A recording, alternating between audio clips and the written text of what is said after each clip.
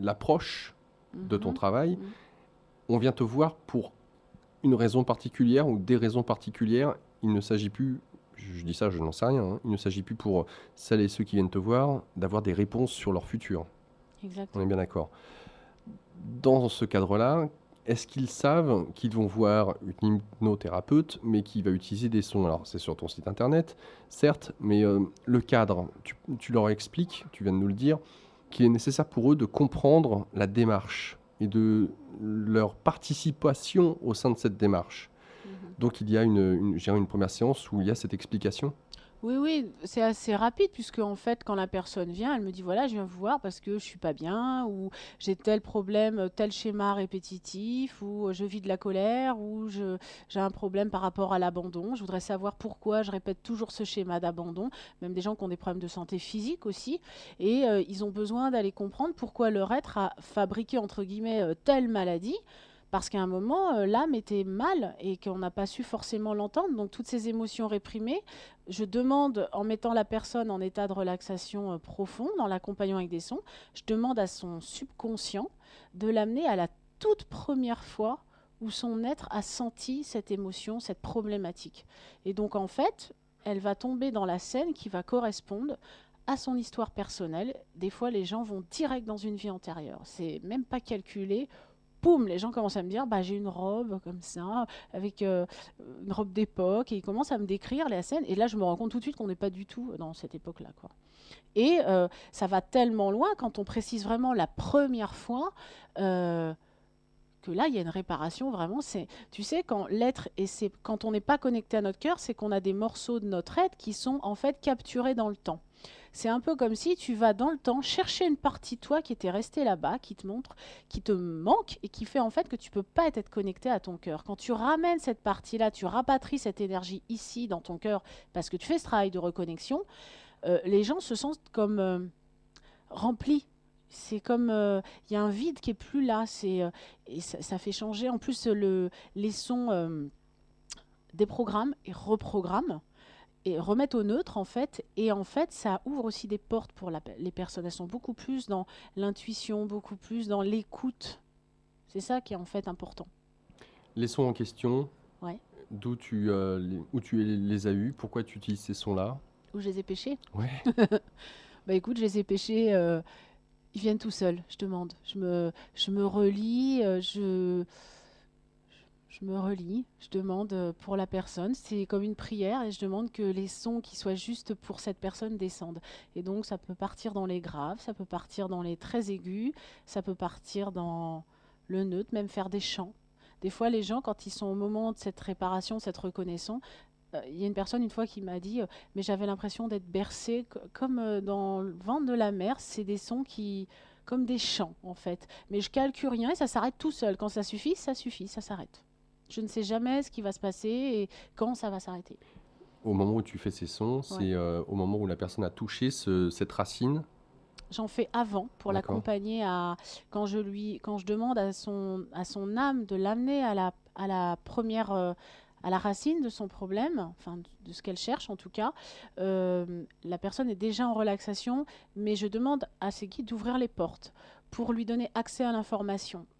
Et là, les sons viennent, et ces sons, en fait, c'est comme s'ils ouvrent le ciel pour que la personne puisse aller voir. Après, une fois qu'elle est dans la reconnaissance de ce qu'elle cherche, et qu'il y a l'acceptation, etc., la confrontation, il y a des sons qui réparent. D'accord. Tu nous parlais du mental. De quoi? Du mental. Je connais pas. Lorsque lorsque tu as affaire à des personnes qui viennent te voir, mais qui sont justement, qui ont mis ces fameuses balises, je reprends tes termes, pour se protéger. Si ces balises, à l'image d'armure, pour avoir le sentiment de contrôler sa vie et avoir le sentiment d'être à l'abri, de ne pas avoir peur de l'extérieur. Donc ces balises sont effectivement des moyens de se rassurer ou d'avoir le sentiment de contrôler sa vie. Et le fait d'avoir le sentiment de contrôler sa vie, finalement, toi, ce que tu amènes, ce que tu proposes, c'est de lâcher pour un instant, lors de cette séance, ces fameuses balises, carapace, armure. Lorsque tu as affaire à quelqu'un qui, justement, a de très grosses armures, comment faire pour l'amener dans un état de relaxation alors que cette dernière est là dans sa tête, en voulant contrôler ce qui se passe et voulant être maître de la situation présente. Ce qui ne veut pas dire que si elle lâche ses armures, elle ne sera plus maître de la situation. Tout à fait. C'est une illusion, mais comment faire vis-à-vis de ce type de personne? Alors déjà, bien sûr que ça arrive, mais vraiment ça arrive, des gens, et parce qu'ils ont peur déjà. Donc c'est vraiment la relation de confiance. Il faut que la personne, elle se sente bien déjà avec moi, qu'elle ait confiance en moi. Et je lui explique que de toute façon, je ne peux absolument pas la contrôler. Parce que les gens souvent disent oui, mais en hypnose, vu ce qu'on voit à la télé, l'hypnose de spectacle, etc., ils pensent qu'on peut leur faire faire ce qu'on veut et que je peux les manipuler. Je leur dis que non, ils ont le libre arbitre. Déjà, tu as des instructions à donner pour mettre la personne en hypnose. Si elles ne veulent pas les entendre, les écouter, elles ne les écoutent pas. C'est comme si je te dis donne-moi la main, si tu ne veux pas la donner, tu ne me la donnes pas. Je dis que c'est dommage dans le sens où si c'est pour accompagner cette personne vers ce qu'elle cherche, c'est dommage de ne pas profiter de cette occasion. Donc déjà, à partir du moment où tu donnes la liberté à la personne de choisir, si elle n'a pas envie, bah, elle le fait pas. Ben, en fait, c'est comme si ça déclenche une acceptation. Après, c'est vrai qu'il y a des personnes qui aussi, quand elles commencent à sentir qu'elles vont en relaxation, ont peur. Vite, je me raccroche, elles commencent à gérer avec le mental. Donc en fait, faut y aller vraiment dans la douceur. Je ne vais pas dire qu'à la première séance, ces personnes-là vont aller en hypnose très très profonde, mais en tout cas, elles iront suffisamment profondément pour pouvoir accepter, en tout cas, de faire un premier travail d'accompagnement à ce dont ils ont besoin. Puis il y a des allers-retours. Si la personne n'est pas tout de suite prête à voir, je la fais aller dans d'autres endroits. En fait, c'est voilà, par la médiumnité et la sensibilité, c'est comme si on me montre où est-ce qu'il faut aller. Tu vois, doucement, là, elle n'est pas prête, fais-lui visualiser ça, imaginer ça. Parce que les personnes, des fois, arrivent avec des attentes. Ils pensent que le fait d'être tout de suite en régression, etc., ils vont tout de suite voir, comme dans un poste de télévision. Je dis non, il faut s'attendre à rien.